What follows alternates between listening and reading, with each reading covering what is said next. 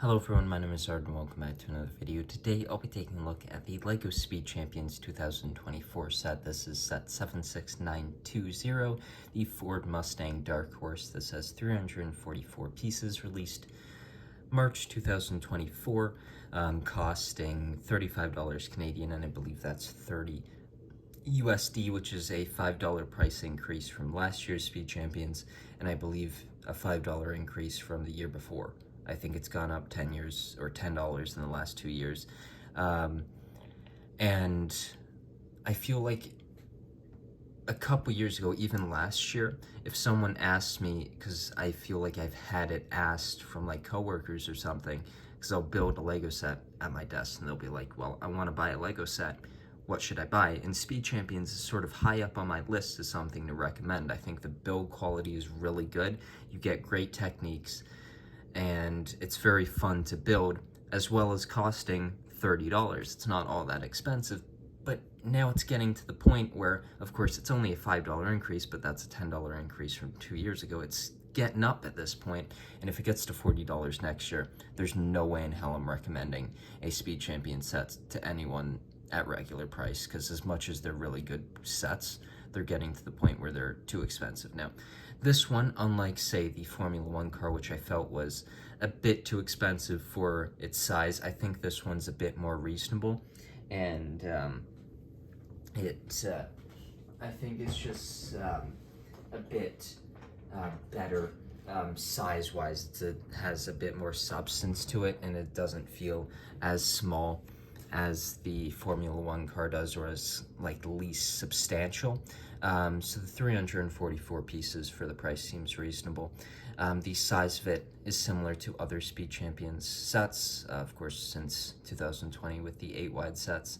And this is the first Mustang we've gotten in 8-wide. Now, when the rumors came out that there was going to be a Mustang, my hope was going to be that it was going to be a original Mustang Bullet. That would have been so cool in the dark green, or even a 2020 or 21 Mustang Bullet, or 1920, I think it's 19 and 20 Bullet.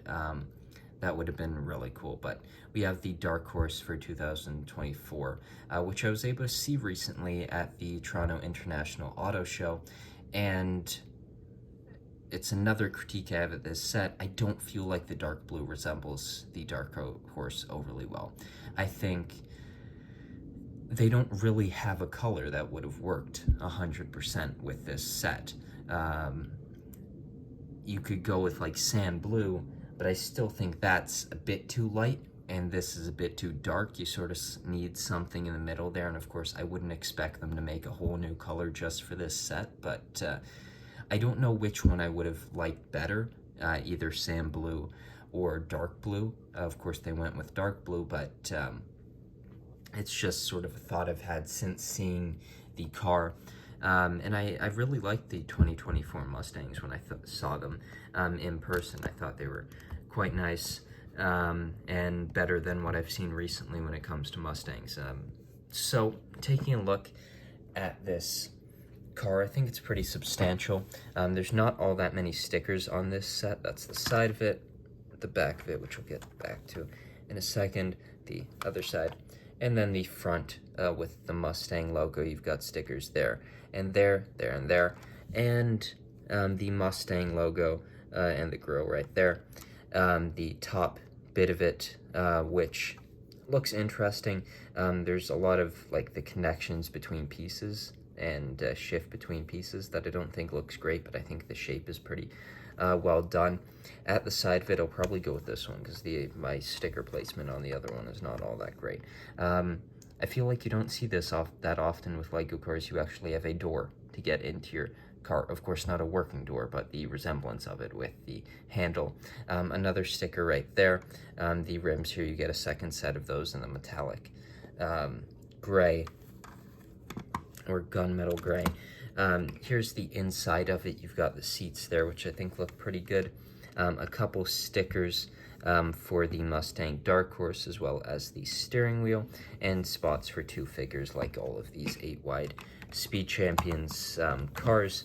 The back of it is probably my favorite part of this Speed Champion set. You actually have printed parts here. This is the exact same print, just placed in different directions to resemble this, but I think they got the shape of these newer Mustang lights quite well. I always have loved the Mustang lights for a while, especially watching them when the signal goes off and just moving from 1, 2, 3. It's cool. And I think they resemble this as well as the newer look for these lights quite well in the shape of that. I think it looks nice. Yeah, overall, I think it's a well done Speed Champion set. Here is the minifigure included in this set. Probably one of my favorite Speed Champions figures, actually. I really like the hoodie print. I think it's cool. The print on the back is nice. No printed legs, but I do like the inclusion of this hairpiece, not overly like a common hairpiece, so it's a nice one there. And even though Speed Champions minifigures aren't something I really look for, I think that's a pretty solid one. So, overall, the Mustang Dark Horse is not my #1 choice for an 8-wide Speed Champions Mustang, and I don't know how long it's going to be until we get another Mustang. I was really hoping for a Bullet. That didn't happen, but I didn't really expect it to happen. But I think this is quite well done. I really like the back of it. I think they did the lights quite well. I think all the shapes and everything of this are done well.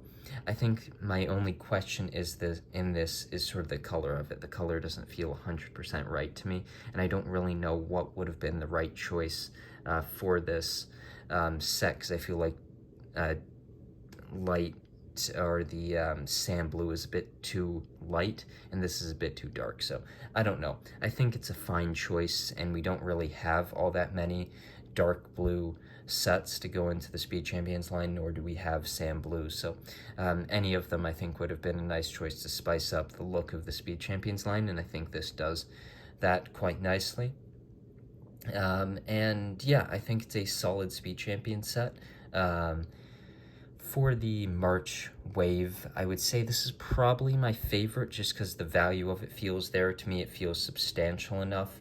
Of course, in the case of the Formula 1 car, you had so many sponsors and so many stickers and really, honestly, some really good prints, that the more I think about it, the more I do feel like that Formula 1 car might somewhat be worth its price. I still think it's a bit expensive, but with everything that goes into that, I think there's a lot there that has value.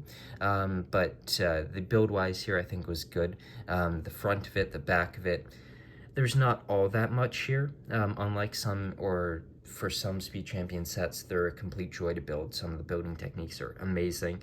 This one, I think, is good, but it's not great. There's just nothing overly special or standout-ish for the build process, but it's pretty good. So thank you for watching this video, and I'll see you in the next one, which I guess I'll review the Quattro or maybe the BMW 2-pack at some point, but I can't wait for the summer wave, for the Ferrari supercar, I believe it is, the Aston Martin Formula 1. There's some cool sets, I think, coming out later this year. Sadly, no movie cars, and I hope we see that into 2025.